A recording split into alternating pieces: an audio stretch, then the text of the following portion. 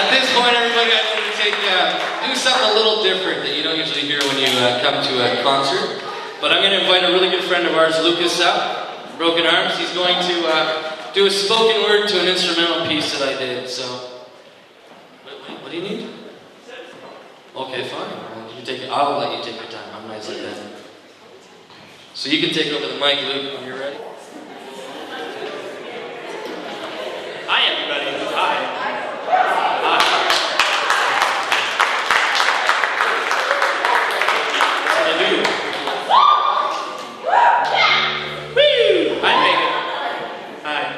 Okay, this poem is about hope, which is, if nothing else, one of the things that people in Bluefields need the most. Same with us. So, yeah, this is called The Faults of Peace and Safety. You guys are going to lose it. This guy knows about 5,000 words that are going to come out of it. Oh, 5,000? You're going to hear all of them within the next 3.5 minutes.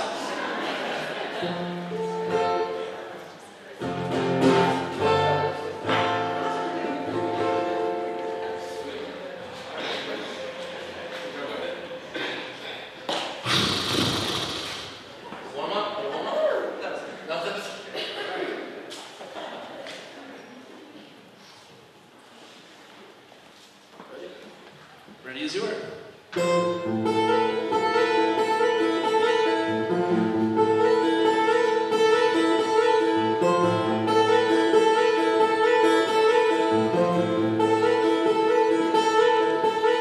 Under the willow tree, I sat and wondered how the shaking limbs of an instrument can make our hearts to fall, and how the number of leaves upon the dying life of this broad tree will only lessen in the shadowed spaces overgrowing the grasses of where we once grew tall.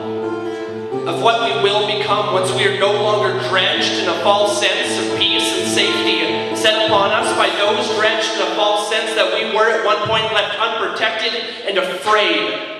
Of what we will grow into, our faiths, our disbeliefs, our sudden realizations, our aspirations, costing as waterfalls, contemplating what words we hear when the violins overcome the static under the radio, and bleeding out from the edges of our refrigerators, meaning what will we be when our sustenance dries up towards the shrunken roots?